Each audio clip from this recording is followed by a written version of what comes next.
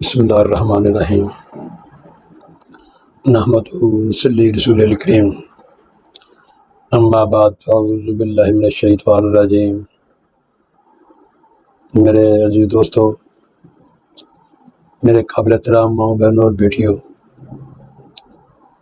اللہ کے ڈیرے سے آپ کا بھائی یونس راہی آپ سے التماس کرتا ہے، آپ میری ویڈیو سن کر فالو کریں، سبسکرائب کریں، تاکہ تمام دوست احباب بہن بھائیوں کو اس بات کا علم ہو۔ آج میں جو آپ کو سنانا چاہتا ہوں وہ آقا دو جہاں حضور اکرم صلی اللہ علیہ وآلہ وسلم کے یوم ولادت سے پہلے کا واقعہ ہے۔ کچھ دوستوں نے، بہن بھائیوں نے وہ واقعہ سنا ہو، کچھ کو علم نہیں ہے۔ میں یہ اس لیے سنا رہا ہوں کہ ہماری نوجوان نسل کو یہ علم ہو۔ حضور اکرم صلی اللہ علیہ وسلم کے یوم ولادت سے پہلے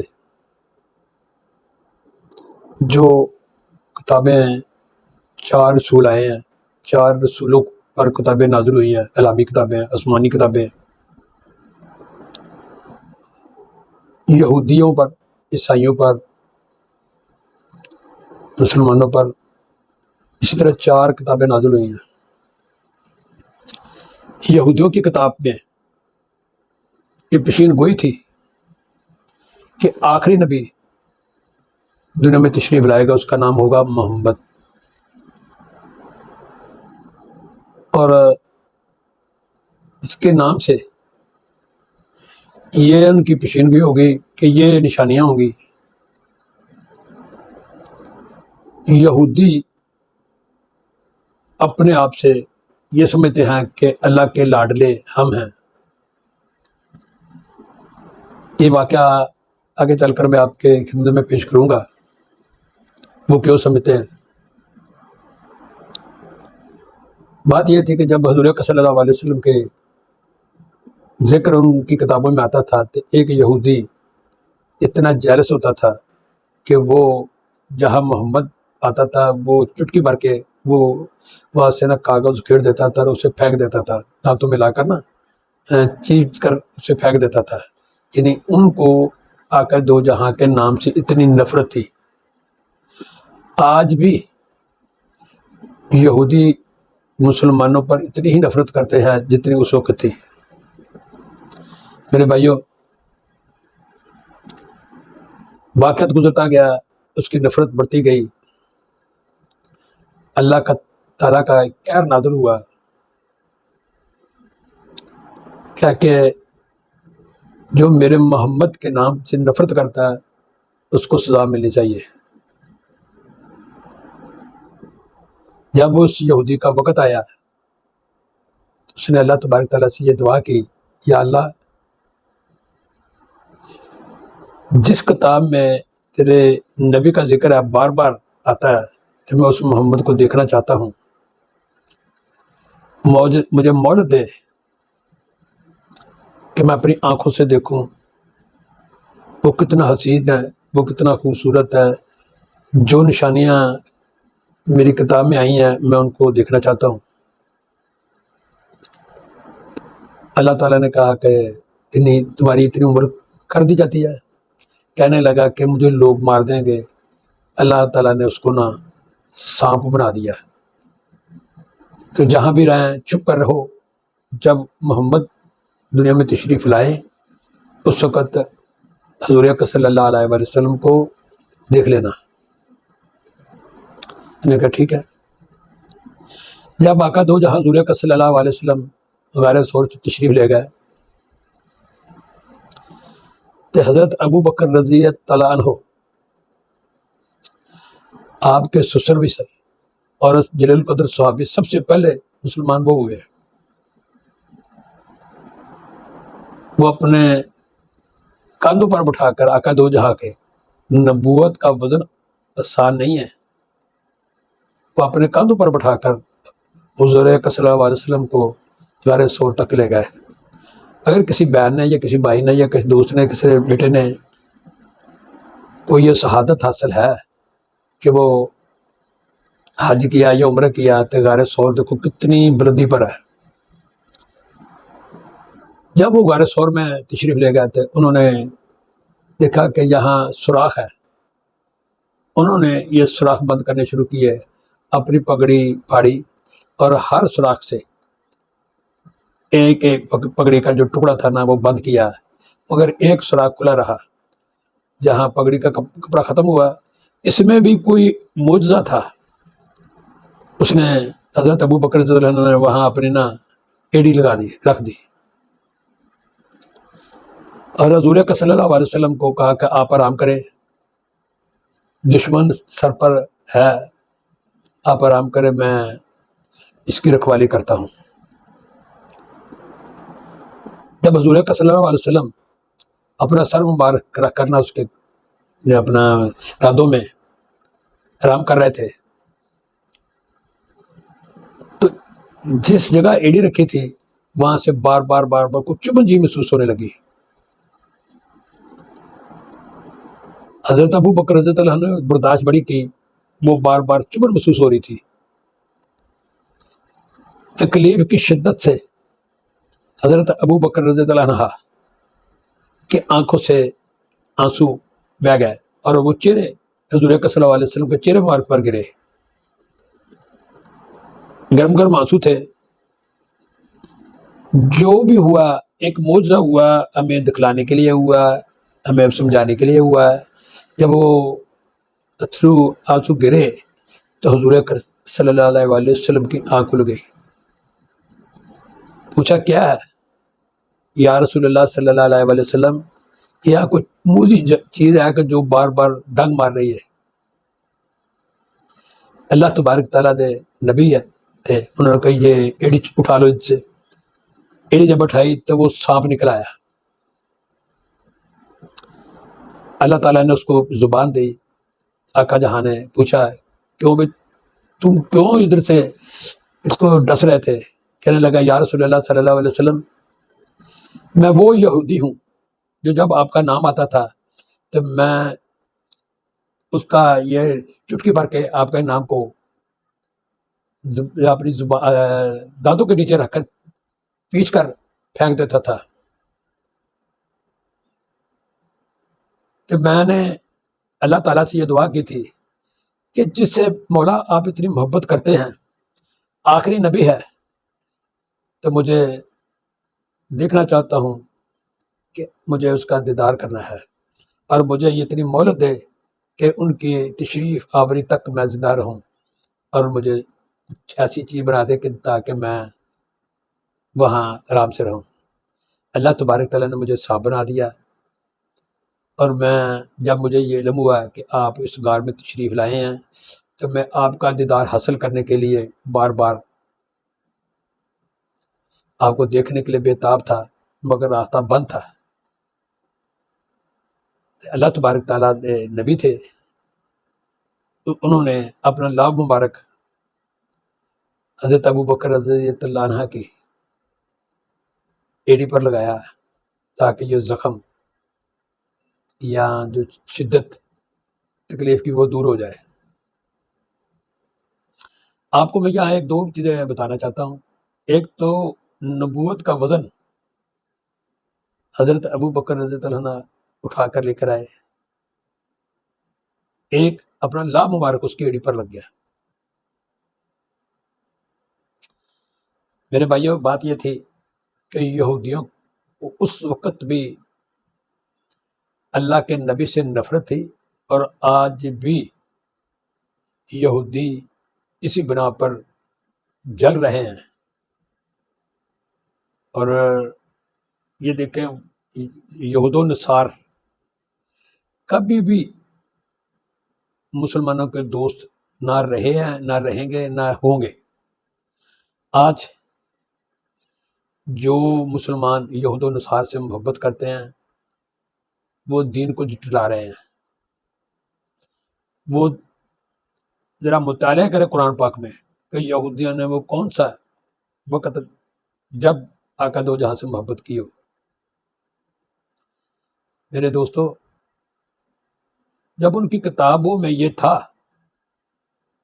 کہ ایک نبی آنے والا خاتم النبی، تو ان کی برداشت نہیں ہوئی۔ جیسے ہٹلر نے یہ کہا، جب تک ایک بھی یہودی زندہ ہے دنیا میں امن نہیں ہو سکتا۔ آج یہود و نصارہ مل کر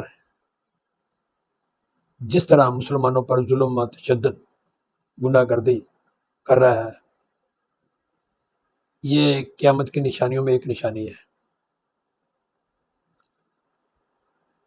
آپ یہ دیکھیں، 7 لاکھ یا 5 لاکھ یا 10 لاکھ جتنے بھی یہودی ہیں، انہوں نے پوری دنیا کو پریشان کر رکھا ہے۔ وہ کیسے؟ تمام تجارت ان کے ہاتھ میں ہے، تمام میڈیا ان کے ہاتھ میں ہے، تمام بڑے بڑے جو بکاؤ مال ہیں ہر مسلمان ممالک کے، وہ ان کے ہاتھ میں ہیں۔ جب چاہتے ہیں اس کو اتنے ذلیل و خوار کر کے موت کے گھاٹ اتار دیتے ہیں۔ آپ کے سامنے ہیں۔ آپ یہ دیکھیں، لبنان کا اشر، شام کا اشر، افغانستان کا اشر، جس ممالک میں یہودیوں کی لابی ہے، یہ تو اللہ تعالیٰ کا پاکستان میں اتنا کرم ہے کہ یہ پاکستان اللہ کے نام پر حاصل کیا، اور اللہ تبارک تعالیٰ پاکستان کی حفاظت کرنے والا۔ پاکستان پر بھی انہوں نے یہی حربہ استعمال کیا کہ ایسی لابی لے کر آئیں۔ پہلے انہوں نے یہ کیا کہ اس کو میچ جتایا کہ تاکہ دنیا میں، ورلڈ میں، دنیا کا میں اس کا نام ہو۔ اس کے بعد انہوں نے بیٹی دے دی تاکہ اس کو قریب کریں۔ آپ کو شاید علم نہ ہو، جب اسرائیل کی اور مصر کی جنگ ہوئی تو اس وقت جتنے بھی پائلٹ تھے مصر کے، وہ کلبوں میں شراب پی رہے تھے، اور جو ان کے گھر والی تھی وہ یہودنی تھی۔ جب انہوں نے حملہ کیا مصر پر، تو وہ شراب میں مدہوش تھے۔ انہوں نے ایک ہی بار میں ان کے تمام جہاز تباہ و برباد کر دیے تاکہ یہ اڑان نہ بھر سکے اور کوئی اس کا حملے کا جواب نہ دے سکے۔ آپ تاریخ میں جائیں، آپ گہرائی میں جائیں، میں ISI کو اور بہادر افواج کو بہت بہت سلام پیش کرتا ہوں، جنہوں نے بر وقت پاکستان کو بچانے کے لیے قدم اٹھایا، اور جس طریقے سے اللہ تبارک تعالیٰ ان کی زندگی دراز کرے، ان کو تندرستی دے، میرے حافظ صاحب کو، آصف منیر صاحب کو، جس طرح اللہ تعالیٰ ان پر کروڑ رحمت نازل فرمائے، ان کو اتنی لمبی زندگی دے کہ ایک بہادر، نہ ڈر اور سینے میں قرآن رکھنے والا مجاہد اللہ تعالیٰ ان کو سلامت رکھے۔ جس طرح انہوں نے بر وقت قدم اٹھایا اور اللہ تبارک تعالیٰ نے پاکستان کا کسی نہ کسی طریقے سے بچانا تھا، اور ان کو ایک فرشتے کی صورت میں پاکستان پر بھیج دیا۔ میرے بھائیو دوستو، صبح جمعہ ہے، تمام اہل اسلام سے یہ گزارش کروں گا، علماء کرام سے یہ گزارش کروں گا کہ وہ فلسطینیوں کی آزادی کے لیے، مسجد اقصی کی آزادی کے لیے، اسرائیل کی بربادی کے لیے خصوصی طور پر رو رو کر اپنے اللہ تعالیٰ کو منائیں۔ اے پروردگار، اس مشکل وقت میں ہم تجھ سے ہی مدد مانگ رہے ہیں، تو ہی ہماری مدد کرنے والا ہے۔ میرے دوستوں، میرے بھائیوں، جب ہم اللہ سے رجوع کریں گے تو اللہ تبارک تعالیٰ ہمیں اور اہل اسلام کو کی حفاظت کرے، تمام مسلمان ممالک یکجا ہو جائیں۔ اگر کفار اسلام اکٹھے ہو کر مسلمانوں پر حملہ آور ہوتے ہیں تو مسلمان سپہ سالاروں کو یہی کہوں گا، یاد تغمے لگانے کی کیا ضرورت ہے؟ جب تم ایک نہ ہوئے اور ان کافروں پر جلگار نہ کی، اس وقت تک یہ ہمیں مارتے ہی رہیں گے۔ جو اس وقت فلسطین میں ظلم کر رہے ہیں، یہ جو اس وقت بچوں اور عورتوں سے زیادتیاں کر رہے ہیں، صبح کو وقت ہے، اگر میرا کوئی بھائی میری یہ بات سن رہا ہے، اگر میری کوئی بہن میری یہ التماس سن رہی ہے، اگر کوئی میری بیٹی یا بیٹا میری یہ بات سن رہا ہے، تو میں خدا را ان سے یہ اپیل کروں گا کہ فلسطین کی آزادی کے لیے یہ صبح کو وقت رب العالمین نے فرشتے بھیجے ہوئے ہیں کہ دیکھو کون میری مدد مانگ رہا ہے، تو مدد کے لیے دعا کریں۔ دیکھو مسلمان جہاں بھی ہے وہ ہمارے جسم کی مانند ہے، جسم میں کہیں سے چٹکی لی جائے تو پورے جسم میں درد ہوگی۔ مسلمان کہیں بھی تکلیف ہوئی پورے جسم میں تکلیف ہوگی۔ میں یہ رب العالمین سے دعا کرتا ہوں، آپ سے اپیل کرتا ہوں کہ اللہ تبارک تعالیٰ اہل اسلام کو اور مسلمانوں کو اللہ تعالیٰ ایک امن پسند ملک مسلمان ہیں، مگر جب تک یہود و نصارہ ہم پر حملہ آور ہوتے رہیں گے، ہم ان سے اپنا آپ منوا نہیں سکتے۔ وہی یہود و نصار مسلمان کا نام لیتے تھے تو ہاتھ سے تلوار چھوٹ جاتی تھی، تھر تھر کانپ رہے تھے۔ آج وہ مسلمانوں کو قتل عام کر رہے ہیں۔ اے پروردگار، تیرے رب ہونے کی قسم ہے، مسلمانوں کی حفاظت کر۔ اے پروردگار، مسلمان بے یار و مددگار ہیں، ان کی حفاظت کر۔ اے رب العالمین، تجھ سے مدد نہیں مانگنی تو کون ہے؟ اللہ تبارک تعالیٰ ہم سب پر اپنی رحمت نازل فرمائے۔ آج جمعہ ہے، میں یہ کہوں گا کہ صبح کی نماز پڑھنے کے بعد، کیونکہ وقت ہونے والا ہے، صبح کی نماز کا وقت ہونے کے بعد جمعے میں جب آپ جائیں تو خصوصی طور پر علماء کرام کو یہ اپیل کریں کہ مسلمانوں کی اس ریاست کو بچانے کے لیے تمام دعا کریں۔ اللہ تعالیٰ آپ کا حامی و ناصر، اللہ تعالیٰ آپ کو خوش رکھے۔ السلام علیکم۔